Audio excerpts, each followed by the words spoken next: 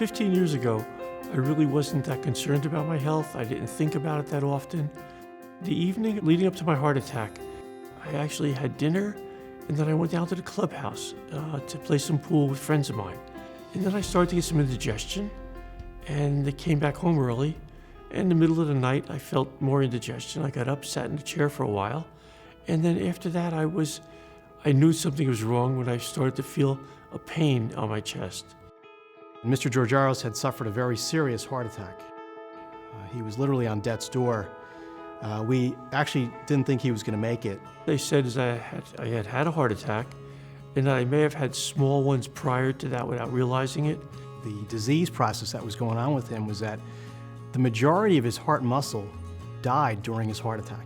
If a normal heart muscle has about a 50 to 55% capacity in the way that it pumps, his heart muscle only pumps at about 10%.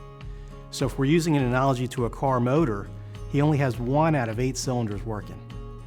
So it's really remarkable that he's made it this far.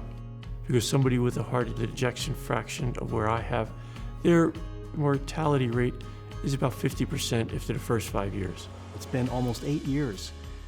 His survival has been absolutely miraculous. The first thing that had to be changed was my diet. Because of the heart condition, they want you to stay below 2,000 milligrams of sodium.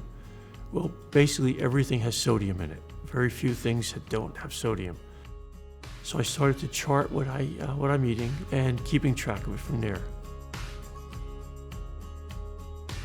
The other thing with Mr. Georgaros that you'll notice is that he's very, very regimented with his exercise. And that's key in terms of maintaining volume status and making sure that he stays out of congestive heart failure. I also have a medicine list and also a timeline. 7.5 years later, you don't know really how it's going, but it's always nice to look back and say, wow, I was only doing this 2 years ago, but look at me now.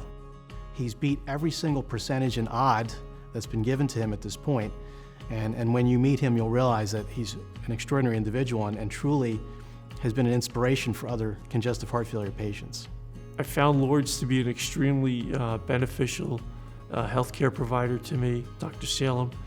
It made us feel comfortable. Just his demeanor makes me feel comfortable. I'm looking forward to many, many more years of good health, quality of health.